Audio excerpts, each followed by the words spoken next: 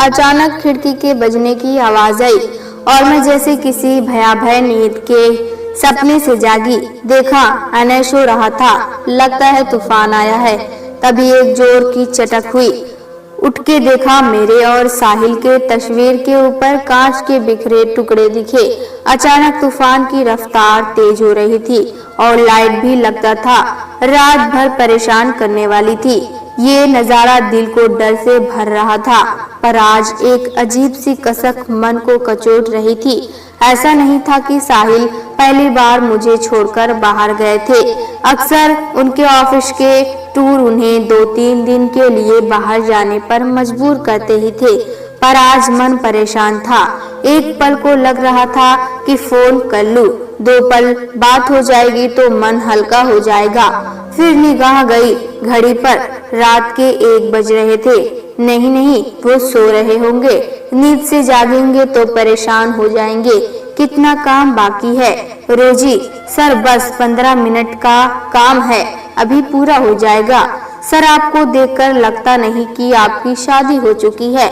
जी हाँ, और मैं अपनी राइमा से बहुत प्यार करता हूँ और हमारा एक बेटा भी है, बहुत ही प्यारा। ऐसा लग रहा था साहिल रोजी को जरूरत से ज्यादा समझाने की कोशिश कर रहा था। शायद कुछ गलत अंदेशा हो रहा था उसे। सर मुझे पता है आप अपनी पत्नी से बहुत प्यार करते हैं, लेकिन एक बात कहूँ, आप बहुत हैंडसम हैं। आज एक रात कुछ गलत संदेश दे रही थी। मेरी आंखों से नींद जैसे गायब हो गई थी। दिल घबराहट से भरा जा रहा था। आज साहिल बहुत याद आ रहा था। सब ठीक तो होगा ना? सर अगर आप चाहें तो मैं यहीं रुक सकती हूँ। रोजी के इरादे साहिल को समझ आ गए थे, पर उसका दिल गवाही नहीं दे रहा था। वचन दिया था उसने अपनी पत्नी को, फिर आज से ये बेवफाई कैसी कर सकता था वो। पर कहते ना, जब आगे से ऑफर मिल रहा था तो मन तो ललचा ही जाता था। नहीं रोजी, ये सब ठीक नहीं है। तुम जाओ अपने कमरे में, कल बात करते हैं। तुम होश में नहीं हो। सर ये वक्त निकल गया तो होश में आने का क्या मतलब है? जब मुझे कोई परवाह नहीं तो आओ, क्यों डर रहे हैं? आखिर इंसान अपनी भावनाओं पर काबू न कर सका और अपनी पत्नी के साथ बेवफाई कर बैठा। सुबह उठकर देखा कि घड़ी में 10 बज रहे हैं और मोबाइल में लगभग 15 मिस कॉल थे, जो राइमा की बेचैनी की कहानी कह रहे थे। नशे से चूर सर की हालत दर्द बयां कर रही थी और पास में रोजी के बदहवास अंदाज साहिल की रात भरी दास्तां सुना रहे थे। उठो रोजी, जाओ यहाँ से। ये मैंने क्या कर दिया? मैं ऐसा तो नहीं था। मैं अपनी पत्नी से बहुत प्यार करता हूँ, वो बर्दाश्त नहीं कर पाएगी ये बेवफाई। मैं किस मुंह से उसका सामना करूँगा? सर ये आप क्या कह रहे हैं? इस कमरे में सिर्फ मैं हूँ और आप हो, और कोई तीसरा नहीं है गवाही देने को। मैं किसी से कुछ क्यों कहूँगी भला, और आपको कुछ बताने की जरूरत क्या है? तुम जाओ यहाँ से अपने कमरे में। और रोजी अपने कपड़ों को ठीक करते हुए निकल गई। आंसू थम नहीं रहे थे। आज अपनी राइमा का विश्वास खो दिया मैंने, और मैं इतना कमीना हूँ कि उसे बताऊं भी ना। नहीं, मैं झूठ नहीं बोल सकता। मैं राइमा को बता दूंगा कि मुझसे भूल हो गई। वो बहुत अच्छी है, वो मुझे माफ कर देगी। तभी एक बार फिर हाथ में रखा मोबाइल बजा। हेलो राइमा। हाय जान, तुमने तो मेरी जान ही ले ली। कितने फोन किए तुम्हें? आज सुबह 8 बजे की तो फ्लाइट थी तुम्हारी। फिर क्या हुआ? हाँ वो राइमा, फ्लाइट छूट गई। मैं राइमा कह रहा था कि वो रात को मैं क्या हुआ तुम्हें? सब ठीक तो है ना? इतनी घबरा क्यों रहे हो? तबीयत ठीक है ना तुम्हारी? पता है कल रात कितना बड़ा तूफान आया था। मैं तो डर गई और हमारी वो फोटो भी टूट गई। मैं तो घबरा ही गई, पर बाद में खुद को दिलासा दिया, ये फोटो ही तो थी, जोर की हवा से टूट गई थी गिरकर। तुम और अनय ठीक हो ना? देखता हूँ अगली फ्लाइट से घर पहुँचता हूँ। तुम ध्यान रखना अपना। और फोन को जोर से बेड के कोने में दे मारा। कितना फायर हूँ मैं, इतना बड़ा गुनाह किया और अब बताने में जान निकलने लगी है। डर लगता है कहीं राइमा गुस्से में कुछ ऐसा वैसा न कर ले। मैं नहीं रह पाऊंगा उसके बिना। रोजी ने सही तो कहा था कि कोई नहीं था यहाँ। वो किसी से कुछ नहीं बोलेगी और मैं भी नहीं बताऊंगा। ये राज ही रहेगा। आज सोच रही हूँ कुछ अच्छा स्पेशल बना लेती हूँ जो साहिल को पसंद हो, खुश हो जाएंगे। अब कह दूंगी थोड़ा टाइम मुझे भी दो, बहुत व्यस्त हो गए हो अपने काम में। कितना वक्त हो गया कहीं घूमने भी नहीं गए। इस बार छुट्टियों में कहीं बाहर जाने का प्रोग्राम बनाते हैं। जाने क्या क्या खिचड़ी पक रही थी दिमाग में। अब वक्त भी हो गया था साहिल के आने का, इंतजार खत्म हुआ। पापा आ गए। मम्मी आप क्या लाए मेरे लिए? अक्सर आने का यही सवाल होता था जब साहिल टूर से आते हो, पर आज साहिल ने ना आने को जवाब दिया और ना ही गले लगाया। कोई नहीं, थक गए होंगे। कैसा रहा टूर आपका? बहुत थक गए हो, आप फ्रेश हो जाओ, मैं चाय बनाती हूँ। हाँ, इससे ज्यादा शब्द निकले नहीं साहिल के मुंह से। राइमा को बड़ा अजीब लगा। अंदेशा हो रहा था कुछ अलग, पर क्या ये भी एक सवाल था?